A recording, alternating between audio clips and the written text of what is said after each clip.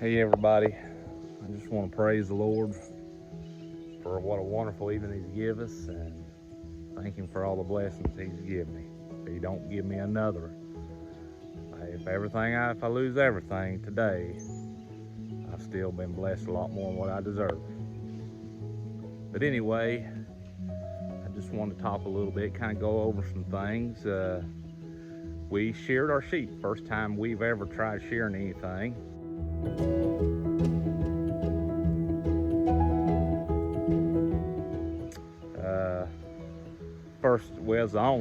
The only wool sheep we got, he's actually only half wool, so we sheared him.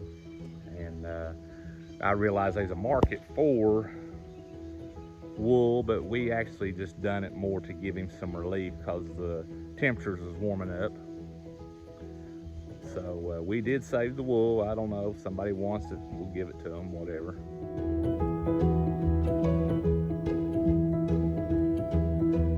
Once we got the old matted part off, it was actually some really soft, nice wool. And after we sheared it, I noticed we had I guess it'd be lanolin, a greasy film on our hands from the wool. I also want to talk about a lot of things that I've started this year with the intentions of doing that has not panned out. The realities of farming and working, well, just life in general. It's Murphy's Law. It's something go wrong with the wheel, and turns out you got to do whatever screaming loudest at the time needing done. That's what you got to do. So a few things that I have not done, still want to do. A few things though would be, for instance, I do not have the fence ran to make paddocks for the cattle in the upper right-hand pasture that I had intentions on doing.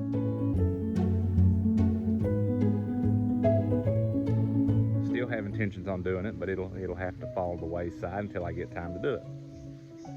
And the reason I wanted to bring that stuff up is, in reality, everything don't just always go perfect and just right. So if you're out there trying, don't get discouraged. We all face troublesome situations and times, and you just got to do what you can do. And Rome wasn't built in a day. So anyway, I'm gonna show some video here on the shearing of the sheep and some pigs, and kind of go over some other things. I hope y'all enjoy. Subscribe, share, tell your friends about it. I'm gonna keep pumping the videos out. If you don't like something I'm doing, tell me.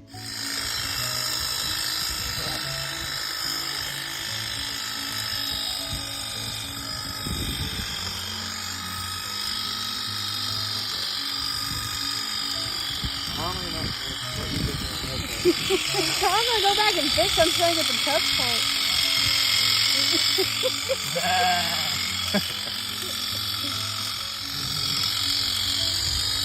There you go.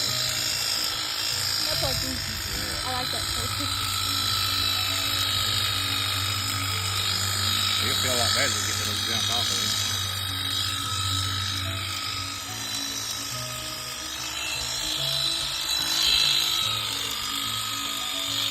I don't think doing that. It does real good on that.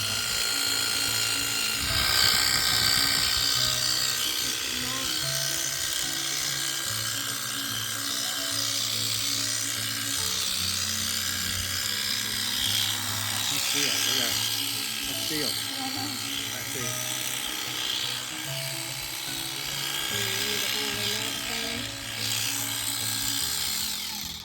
You see that face? I think. Put a little bit more in there. Ow. You've done that. It's sharp. Glad you figured it out. Oh God, let me get back. Just sling at my eyeball while I go.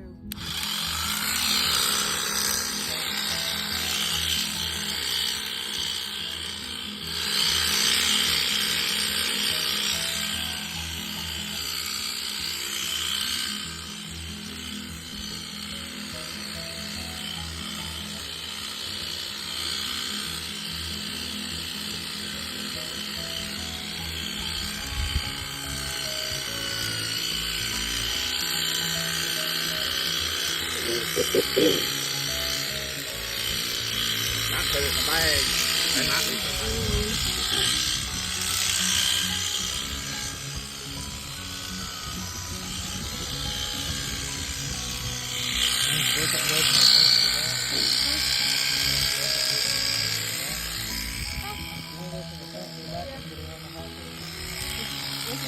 Strip all this there,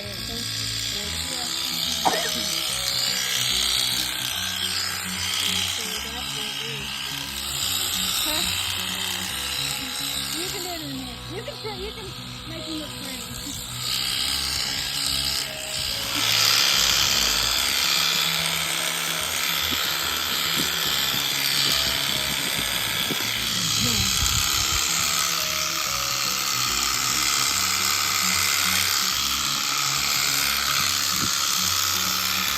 That's not like that oil.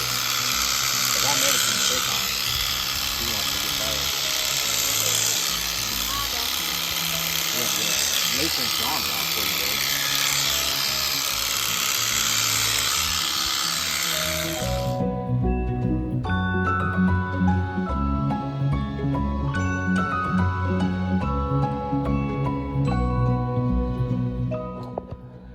Okay, something else. We got, so we built this brooder. I like it, turned out nice. Turns out 4 turkeys. We've never really raised turkeys. We have bought turkeys later on in their lives, and they do pretty good. But when they're small like that, they are quite fragile. So I want to start off saying we ordered 20. We were shorted 1, and 1 was dead in the box when we got it. I think we're down 6 now total. So out of 20, we probably got 13, 14. And the only thing that I have found is we switched the water up. So if you've been watching my other videos, you'll see I said that I was going to try apple cider vinegar and water, and that seemed to work all right for a while, but maybe I had my mixture off. But as the biddies started dying, we switched the water up with just plain water and put probiotics in it.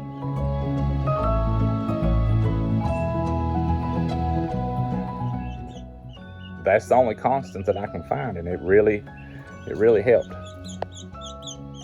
Little fellers. So they're doing good now. We haven't lost no more. The wife, she's in the duck business. She likes the ducks, and we actually have a third brooder over there, makeshift, that's got some biddies and stuff that's already feathered. That probably we need to be moving them out. So Big Daddy's got to get to work on this chicken tractor, get it mobile, get it out in the yard so we can start making room for some of the fowl.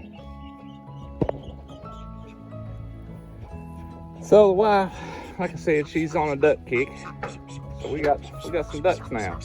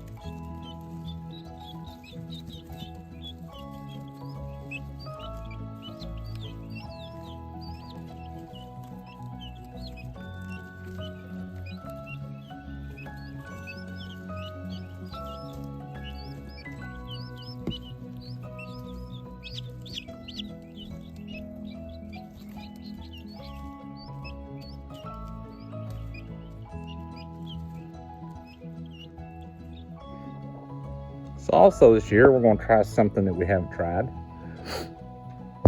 We're gonna try some landscape fabric. Burn holes, put it around, put our plants, plant them in the holes, and that should help keep a little bit of the weeds and stuff down. We've never used it. I've always just hoed it out, pulled weeds, and it's a lot of work, especially if you're working and taking care of animals and stuff too. So we're gonna try this, see how it works, and I'll let you know, yay or nay, and be honest about it. So, okay, so I'm out checking the cattle, checking the fence, doing the daily thing that we usually do. And I just want to bring some attention to this plant right here. It's called mayapple. I don't know what it's good for. I know at one time there was a market. People would dig it. It wasn't worth much, but people would dig it and sell the roots. And usually about the time that it's popping up, and the bloodroot, which the bloodroot actually is coming along pretty good, that's when you usually start finding the morel mushrooms. And then not too long after the morel mushrooms are gone, you start finding the chanterelles, which I'll show you some of them later on when the season comes. But just wanted to share a little here, a little useless knowledge. So this is bloodroot. I left the root in the ground. No need to tear it up. But anyway, see the way it's shaped? That's what it looks like when it comes up. Here's a patch of mayapple. I do not know. I've always heard it's poison, but I don't know. I do not know.